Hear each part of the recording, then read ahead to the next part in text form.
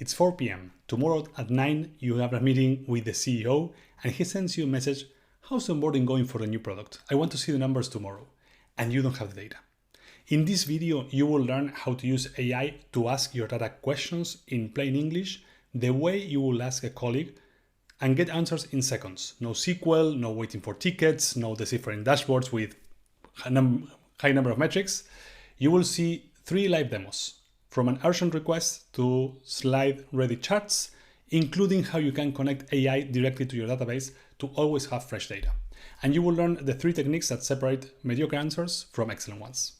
I'm Nacho Bassino, and every week I share how to use AI in product management practices. So we have all faced this situation. You need a number for a decision, you go to your analytics tool, look for the dashboard, and it doesn't have exactly what you need. You open a ticket for the BI team and you wait. And 3 days later, you get a report with numbers you no longer need because the meeting already happened. On the other version, you do have dashboards and it's got 47 metrics, 12 filters, and after 20 minutes exploring and playing with the data, you still can't find the number you're looking for. And if you find it, you are not even sure it means what you think it means. This is a friction problem between you and your data. And it's not minor. As PMs, we spend a huge chunk of our time making decisions, hunting for data, instead of using it to make stronger arguments. So every time you need a number, you have to choose. Wait and lose the timing, or simplify the question and lose precision. Both options are bad. What you are going to see today changes this fundamentally. The ability to ask your data questions in natural language and get immediate answers. But there is a key. The difference between good answers or average results and really good ones is in how you use the tool, not the tool itself. There are 3 techniques that make a difference.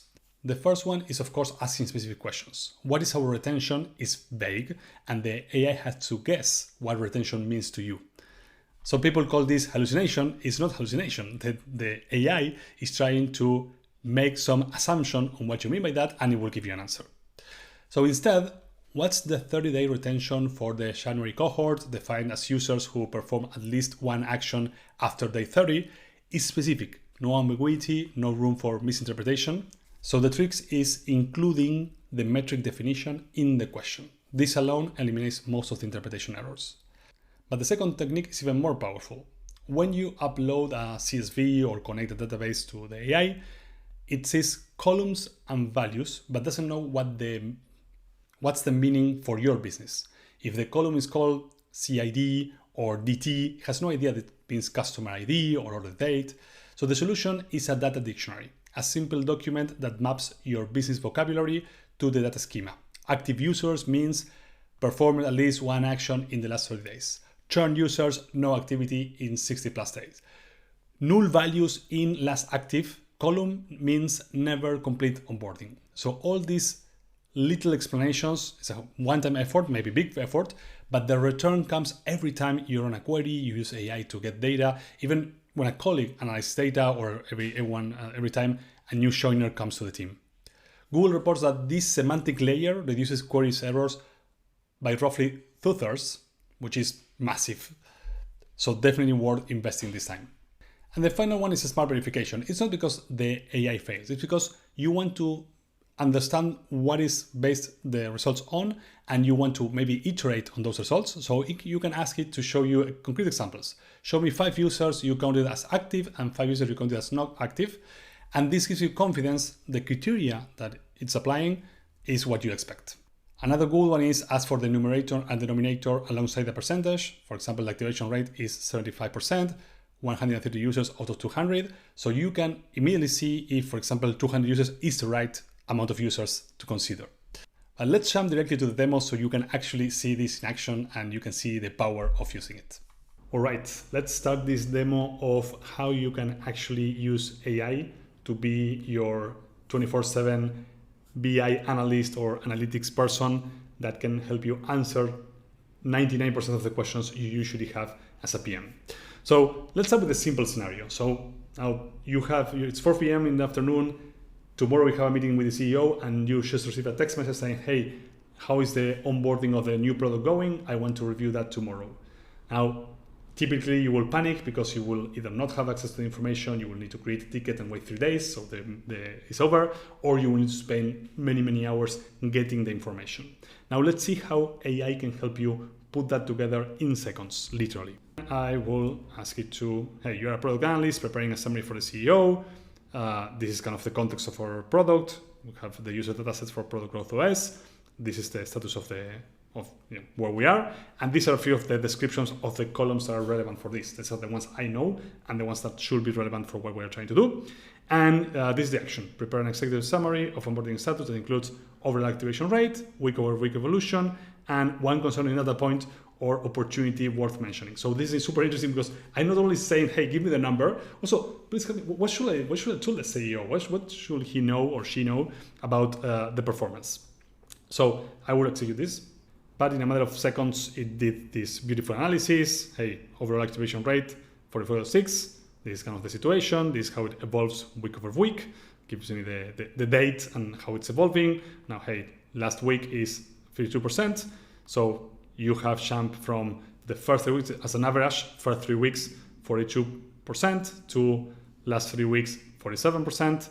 Concerning paid ads drive 38% of signups, but only have 32% retention rates. Beautiful. We have a very concrete number to share with the CEO, a very concrete analysis of how this is progressing, and something that is worth mentioning in this meeting so we are all aware of what's happening.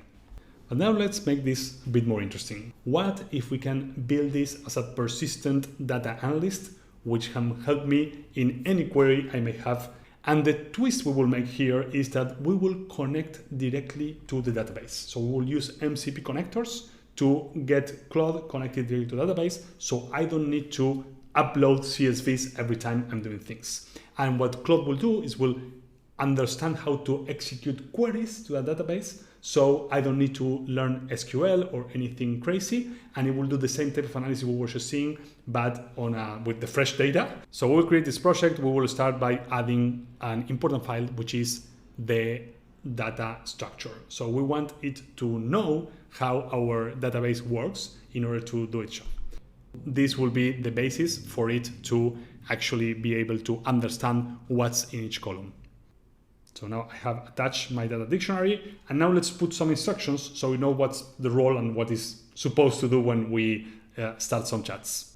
Okay, and we will expect to be a product analyst with direct access to our database via MCP. As you can see, these instructions are generic and it will alleviate my work when creating here a prompt. But let's see this in practice. So let's assume that now the marketing team has received the notification from the CEO, hey, what's going on with paid ads? This seems to be something more complex. So they ask us to say, hey, give me please an analysis of how the different channels are performing so we can actually make decisions about the spending.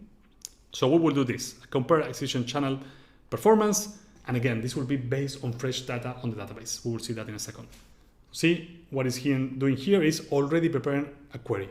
So without me knowing anything about SQL, since I give it the data dictionary, they know what the columns are about, and it's simply running this query against the database, which is connected. Sorry, I shouldn't have made the connection to the database. You can see here the connectors.